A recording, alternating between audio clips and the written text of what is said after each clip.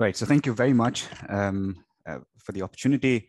And before I begin, I would like to, first of all, acknowledge and thank Pranav Agarwal, who is interning here at the Institute for the last 1.5 months, and whose inputs on the presentation and also the discussions that I've had with him has been very useful and informative.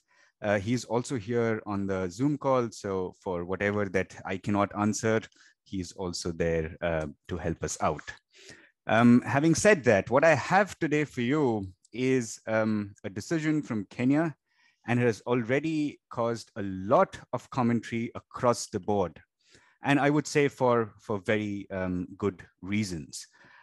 The decision that we will discuss, at least the decision that we will discuss, I consider it to be a landmark for when it comes to transformative constitutionalism. It's, I think, also a landmark in terms of how we understand the role and the meaning of popular consent within a constitutional democracy. The decision is also very unique in terms of how participative it was. The decision, in fact, throughout the decision, everything was live streamed. So you could see the arguments, you could see the discussions, you could see the judges questioning the appellants and the petitioners. And there was a chat box in which people were allowed to discuss amongst themselves. In this sense, I think the participatory nature of the judicial process itself was, to some, almost revolutionary. And I would also argue that this case is a landmark case and gives a lasting contribution also to comparative constitutional law scholarship. With that, where does everything begin? It all begins with this handshake, a political handshake between two rivals that you see on the screen.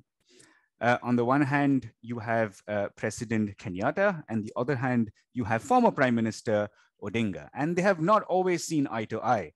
But nonetheless, after a very bitter elections and a very contested elections in 2017, they said they will come together. And they came together. And they said that we need to move forward. And after they came together, after this famous handshake, there was a joint communique that was sent out in March 2018, which was called Building Bridges to a New Kenyan Nation. And one of the objectives was to see how we can reconcile the many divisions that exist within the political, social, cultural, and legal setup within the country. Then the President, Kenyatta, went ahead and appointed a BBI task force in 2018 May.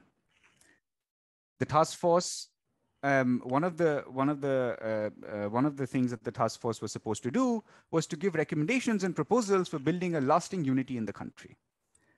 Then the President appointed what is known as the BBI Steering Committee. And the purpose of the Steering Committee was to propose legislative, legal, and constitutional changes that would be required for achieving this lasting unity and peace within the country. In pursuant of that, we had the draft Constitution of Kenya Amendment Bill in 2020. It followed from the BBI Secretariat report and also the task force recommendations. This amendment bill had 74 proposed amendments. It was a massive bill comprising of almost 45 pages.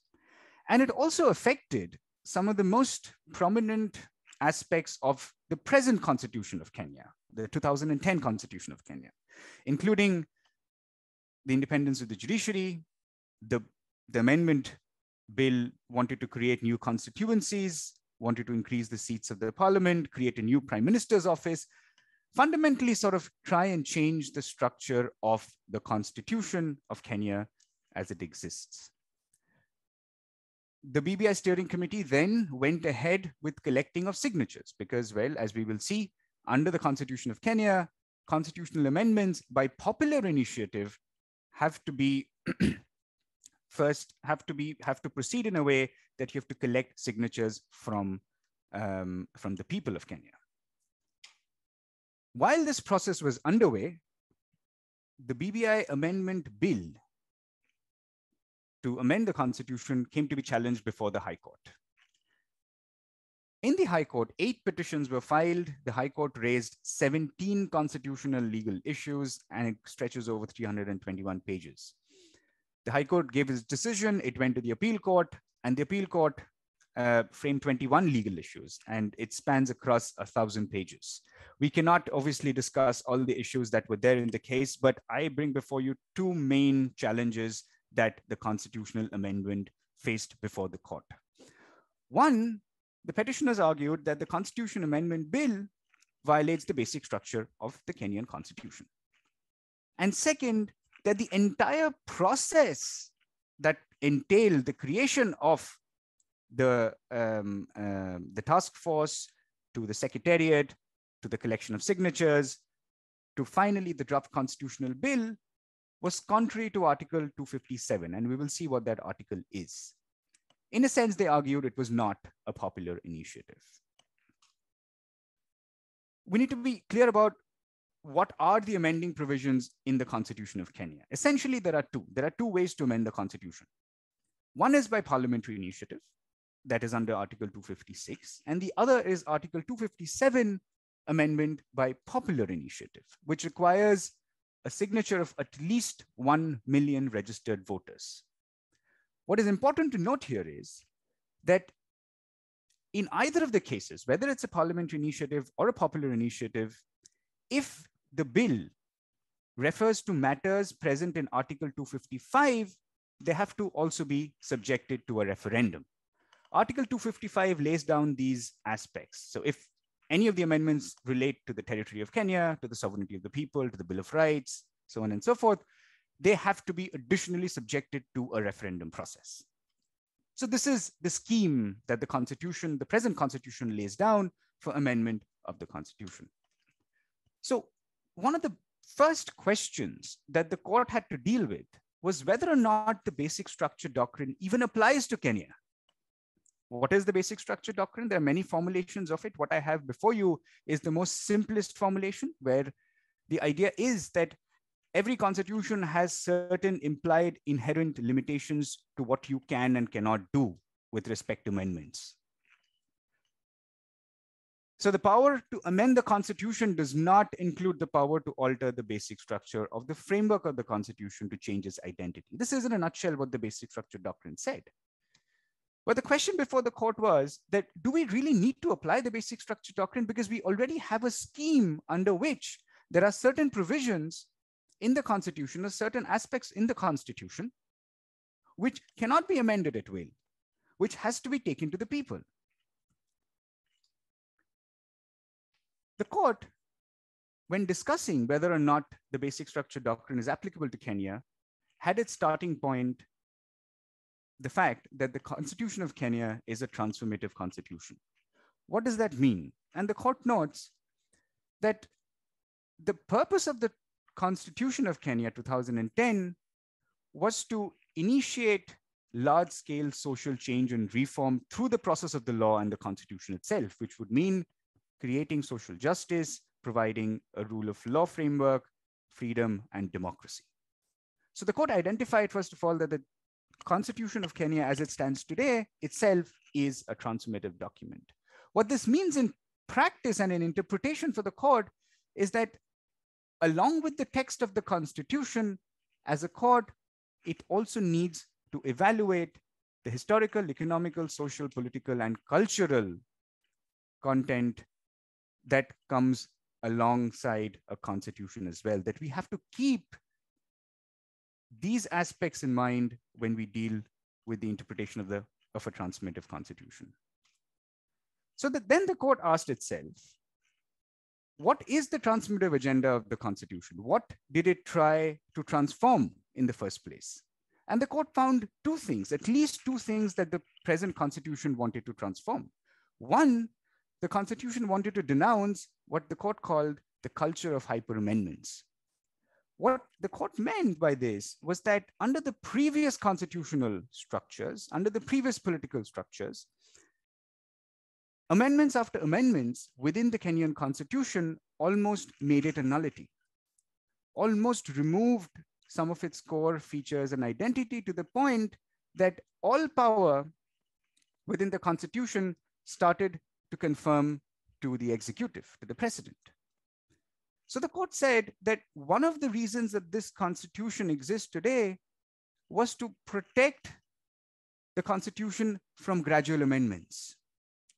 It is transformative in that sense that the structure, and this is what the court says, that the structure and history of the constitution makes it plain that it was a desire of the Kenyans to barricade it against destruction by the political and other elites. So that was one. Transformation so as to remove and denounce the culture of hyper amendments. There was a second transformative agenda of this constitution. That was to center the people in the constitution making process. Here the court goes back to the history of the constitutional building process. And this has been identified as a very, very important contribution of the judgment itself, where the court went back and documented and recorded the painstaking historical process of 20 years in which the people were at the center of making the constitution. And the court rightly notes that the Kenyan constitution has been called a model of participatory constitution building, where it was a story of ordinary citizens through various committees, commissions, and representations trying to build a constitution for themselves. So it was a bottom-up rather than a top-down constitution that we have in place. So the court says that these two transformative aspects of the Kenyan constitution lead to the conclusion that yes, the Kenyan people wanted to have certain basic features of the constitution protected. So the court says that these basic features of the constitution now can only be changed through the exercise of primary constituent power. That is constituent power that lies outside of the constitution. And second, it can only be altered and remade through what the court says is a process that is similarly informed and participatory. So we need to use and recreate the conditions of that constituent power when the constitution was made so as to amend some of the basic structures that exist in that constitution. Then the court, and this is also a unique thing that the court has laid down in the decision, that how do you exercise this primary constituent power? The court says that the procedure for exercising primary constituent power consists of 4 steps, and that has to be followed. First is civic education. So you need to equip the people with information that they can meaningfully participate in the making of the constitution itself. There has to be wide-scale public participation and collection of views. There has to be a constituent assembly in place, which debates and discusses the constitution. And finally, a referendum process. If any of these 4 steps is missing, then the constituent power has not been properly exercised, according to the court. So where did the court find these principles of participation? It's not there in the constitution. For this, the court again went back to history and said that in these 20 years of constitution making process, at every stage of the process, these were the 4 steps that have been used. At every step of the process, the participation of the people has been at the core of it. What does that mean for the scheme of amending provisions within the Constitution? The fact that we recognize there is a basic structure, the fact that we recognize that this basic structure can only be amended through exercise of primary constituent power that lies outside of the Constitution. What does it mean for the scheme of amendment powers under the Constitution? It means that Article 255 to 257 that we just saw, parliamentary initiative or a popular initiative, cannot govern the exercise of primary constituent power. So neither parliamentary amendment nor a popular initiative confers any power to amend the basic structure of the Constitution. So these are the implications of what it means to accept basic structure within the Kenyan Constitution. So what is unique about the basic structure formulation? The first thing that is unique about the basic structure formulation coming from the Kenyan court is this, that the basic structure is also amendable. So far across jurisdictions, and I can talk about India specifically because this was the Indian case, Keshavananda Bharati, was extensively quoted and referred to in the Kenyan judgment as the prototype for the basic structure doctrine. Across the board, basic structure doctrine is a bar that if there are certain things that comprise of the basic structure, you cannot amend it no matter what. The court here does something different. It says that, well, even if there are things within the basic structure, you can amend it, but by using a process and using a process that can be characterized as an exercise of primary constituent power. And that process is very clearly laid down in 4 steps by the court. I think it is also unique because the court draws a connection between the basic structure doctrine and transformative constitutionalism. Now, one could think that there is an inherent contradiction or an opposing force between basic structure and transformative constitutionalism. Transformative constitutionalism is forward-looking. You try and apply the constitution so that you can take the society and the polity from A to B. Basic structure doctrine is a preservative form of constitutional law, which tries to preserve certain features that have been laid down before. But the court says that, well, it need not always be in opposition to each other, that the basic structure can also be a manifestation of transformative constitutionalism as such. I think it is also unique, and this has also been highlighted by others, is that the court expands the interpretive canon of constitutional law by including the importance of social movements within the framework of constitutional making itself. The court says that we need to take adequate attention of the people and social movements in the meaning that we ascribe to constitutional provisions and texts and structures. The court also uses history as a very powerful tool for constitutional discourse as well. Question 2 and challenge 2. Do I have enough time? I'll try and cover this quickly. The second question that was there before the court was whether or not the amendment process that led to the amendment draft, was it in conformity with Article 257, that is popular initiative. Article 257, as you can see on the screen, says that an amendment to this constitution may be proposed by a popular initiative signed by at least 1 million registered voters. So the question was whether or not the draft bill is a popular initiative. The court started by asking itself, what is a popular initiative and whose initiative is it supposed to be really? And the court answers that participatory democracy empowers the people to propose legislation. So a distinct part of popular initiative is that it is the people that have to be the originators and the promoters of an initiative. So the popular initiative is necessarily a bottom-up approach. What about the BBI initiative? What about the draft constitutional bill? The court said that the draft constitutional bill, in a sense, is an executive-driven process, is a precedent-driven process. The president was the one who constituted the BBI task force. The president was the one who constituted the BBI secretariat. And all throughout the process, there is a heavy involvement of the executive.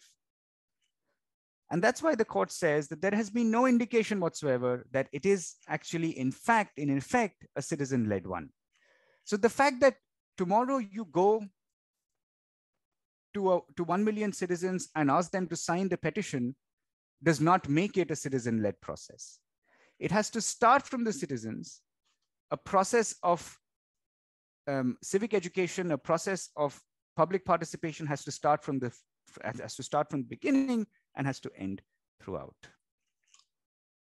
The court also said that in this particular case, real and meaningful participation was not there. Why? The court cites many reasons. I highlight 4 here. 1, all the versions of the bill were in English and they were all put up on the internet. The court gave numbers also in the text of its decision as to how many people actually have access or had access to internet in 2010 in Kenya. The court said that no copies of the bill were introduced in Kiswahili or in indigenous languages as such. So the pool that actually read or were able to read the draft bill was anyway very limited. The court also said that there was no transparency in the process because there was no effort taken by the government authorities to ensure that people understood what the process was and what it was not. And in many cases, the court found that there was no sufficient time between the circulation of the draft and the approval in the several state counties. In a sense, therefore, the court struck down the Constitutional Amendment Bill 2010 as violative of both the basic structure and as violative of Article 257, popular initiative. So what are the takeaways from the decision? I think that the effort of the court here was to try and bring the Constitution as close to the people as possible, make it and ground it in a citizen-led process. I think there was an effort made against the aggrandizement of power within the executive, the culture of hyper amendments, the culture of imperial presidency that we have seen before.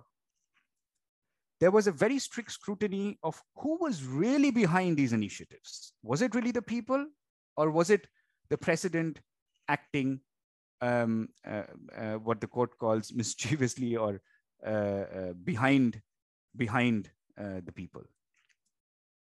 And I think lastly, this is also a case where judicial independence comes out very, very prominently. And let's not forget that this initiative was undertaken by two extremely important political leaders. I mean, there was a huge political backing for this initiative, and yet the court did not budge.